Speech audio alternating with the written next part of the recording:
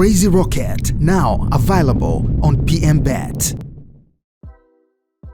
Februari 19 majira ya usiku, Jimbo Kuu la Kanisa Katoliki la Dar es Salaam lilitangaza kifo cha Mwadhama Polycarp Kardinali Pengo, askofu mkuu mstaafu wa jimbo hilo, kilichotokea jana saa 4 usiku akiwa amelazwa katika taasisi ya moyo ya Jakaya Kikwete jijini Dar es Salaam.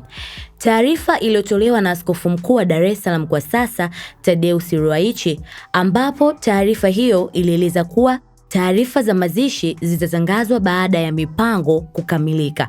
Hii ni historia ya Polycarp Kardinali Pengo, maisha yake ya awali. Mwadhama Polycarp Kardinali Pengo alizaliwa tarehe 5 Agosti mwaka 1944 katika kijiji cha Mwanze mkoani Ruvuma, Songea. Alipata elimu yake ya msingi ya sekondari katika shule ya Kanisa Katoliki, lakini pia aliingia seminari mdogo na baadaye seminari kuu kujiandaa na upadri. Aliwekwa wakfu kuwa padri mwaka 1971. Baadaye alijiendeleza kitaaluma katika masomo ya teolojia ya maadili, yani moral theology, huko Roma, Italia. Tangu akiwa padri, alionekana kuwa na uwezo wa uongozi na misimamo thabiti katika mafundisho ya kanisa. Huduma yake ya uaskofu ilianza mwaka 1983. Aliteuliwa kuwa askofu wa jimbo la Nachingwea.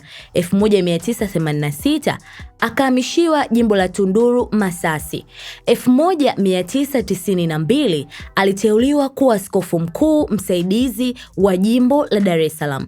1992 mpaka 2019 akawa askofu mkuu wa Dar es Salaam.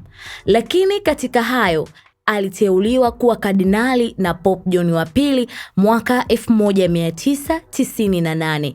Katika uongozi wake aliimarisha taasisi za elimu za kanisa ikiwemo shule na vyuo.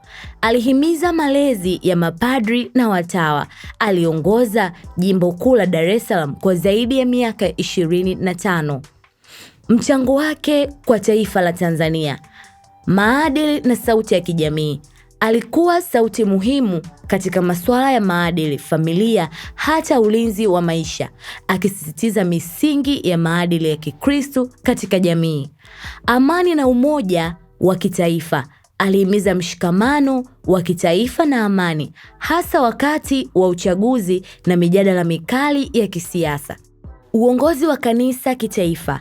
Aliwahi kuwa rais wa Baraza la Maaskofu Katoliki Tanzania, TEC, akishiriki kutoa miongozo na matamko kuhusu hali ya nchi, elimu na maendeleo.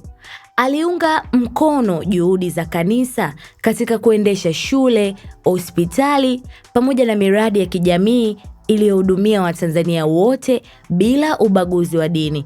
Kwa ujumla, Kardinali Pengo ameacha alama kubwa katika historia ya Kanisa Katoliki na jamii ya Kitanzania kupitia uongozi wake wa muda mrefu na misimamo katika maadili. Lakini pia sambamba na hilo, zimetumwa salamu za rambirambi kwa Rais wa Jamhuri ya Muungano wa Tanzania kwenda kwa Baraza la Maaskofu pamoja na Wakatoliki wote, ikisema kuwa limepokea kwa masikitiko taarifa za kifo cha Mwadhama Polycarp Kardinali Pengo, askofu mkuu mstaafu wa Jimbo Kuu Katoliki la Dar es Salaam. Katika kipindi chote cha utumishi wake, Kardinali Pengo alisimama imara katika kuhubiri amani, maadili na mshikamano kwa taifa. Alikuwa sauti ya busara katika masuala ya kijamii na kimaadili, akihimiza amani, heshima, utu katika jamii yetu.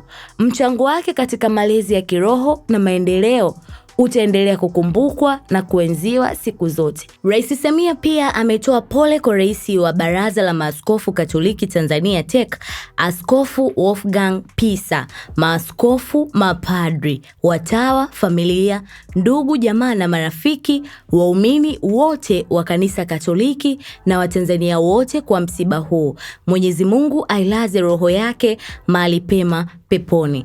Makala hii imeandaliwa na Maria Kalonga na kusomwa nami Teddy Allen. Hii ni PMTV Tanzania.